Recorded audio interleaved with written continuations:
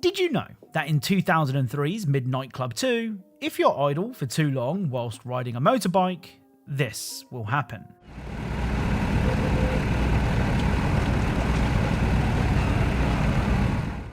Hello and welcome back to Hidden Video Game Details, the series that aims to show you things that you may not have known about your favourite games. If you know of a video game detail that you think I should cover, then please let me know in the comments down below and I'll do my best to check it out. Oh, and of course a huge thank you to my Patreon backers and YouTube channel members for their awesome support.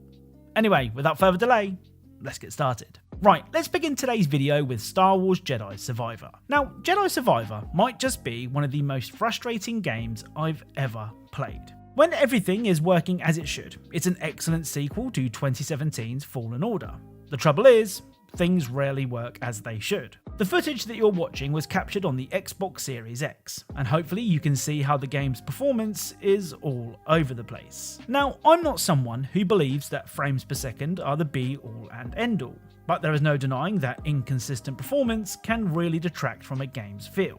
It's such a shame, as there are several moments in Jedi Survivor where it's clear that the game was made with love. A perfect example of this are the conversations that you can listen in on as you explore.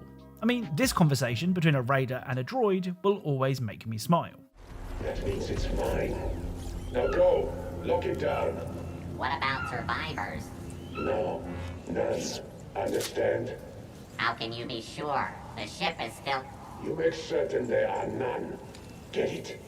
Oh, I get it. Understood. The ship will be liberated. For the Bedlam Raiders. Yeah, for the Bedlam Raiders. You can even find a droid who is simply enjoying the view before you came along. Take a look at that view.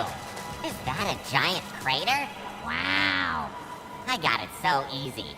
Guard the cliff, crush the locals, look at the scenery. Nobody's getting past me. Not without a blaster hole in him. I wonder if I'll get promoted for doing such a good job. Then I'll get the other droids to guard the cliff. Oh, but then I won't see the scenery. Now that's a dilemma.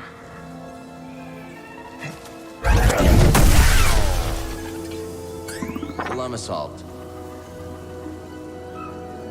Oh, they were right. What a view.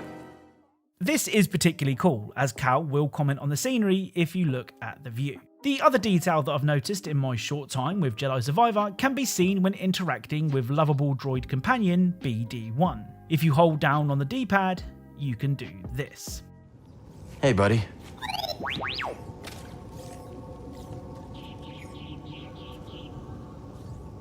Doing all right, BD? How's it going, buddy? Come on, buddy. Let's go. Like I said, Jedi Survivor is a very frustrating game, mainly because it's really good. So fingers crossed, Respawn can sort these performance issues out.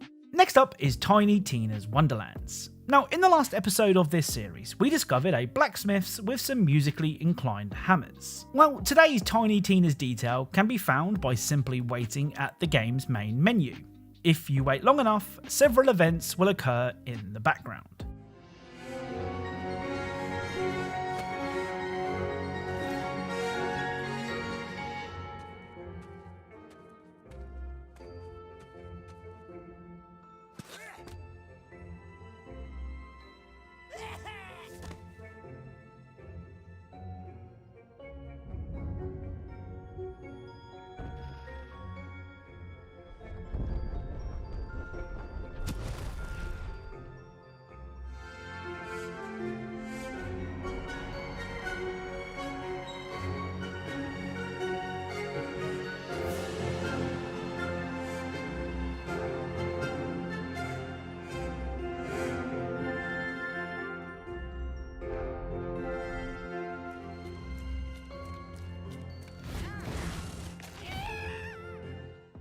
Now, I know that Tiny Tina is a much beloved Borderlands character, but seeing her giant face appear behind the castle creeped me out way more than it should have.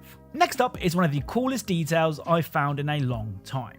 Silent Hill Shattered Memories is a survival horror game that was released for the Nintendo Wii in 2009 and for the PlayStation 2 in 2010. Now, one of the big features of Shattered Memories was the ability to use a cell phone. You could use your phone as a torch, a GPS map, and even make phone calls. Well, one of the many numbers that you can call in Shattered Memories is this.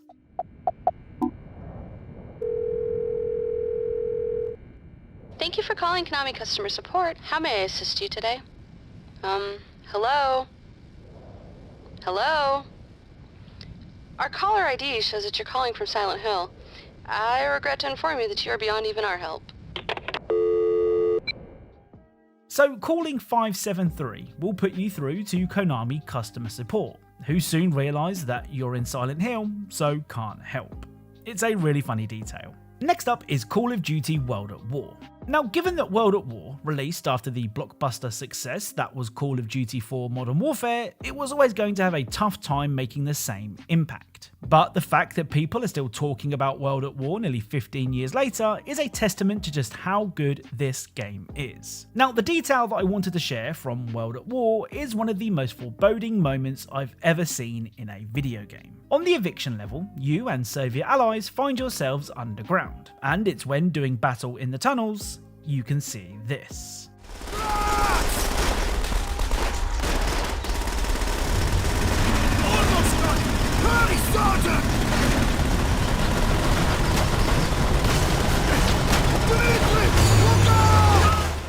So for some reason, rats start to flee the tunnels. It's only when looking up that you see the giant wall of water rushing towards you as the Nazi forces attempt to drown the Soviet army. Like I said, it's a really cool detail and one that gives you a warning of what's to come. Right, let's end today's video with Dead Island 2. Now, in the last episode of this series, we discovered that you could use water to wash away blood, which is handy as the zombie that we're interested in today makes one hell of a mess. The Burster is a slow-moving zombie that looks to get close before exploding, causing massive damage in the process. Now, despite its seemingly evil intentions, the Burster may not be so bad after all. If you listen closely when near a Burster, you can hear this.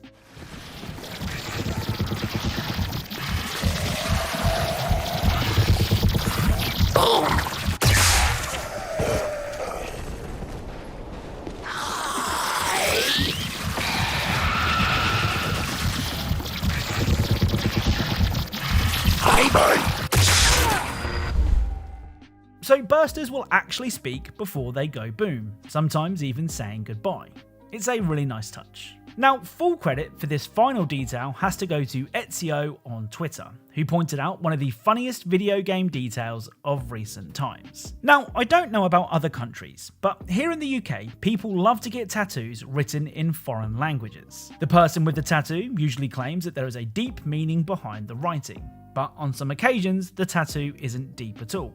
Like this picture, for example. Well, it seems that even LA has gotten in on the Chinese tattoo trend, though the symbols may not mean what you think. At Venice Beach, you can find a henna shop with several Chinese symbols on the wall. The thing is, if you translate these symbols, just like Ezio did, then you will discover that they basically read like the menu at your favourite Chinese restaurant. Like I said, a huge shout out to Ezio for using his Chinese skills for the discovery of Easter eggs and details.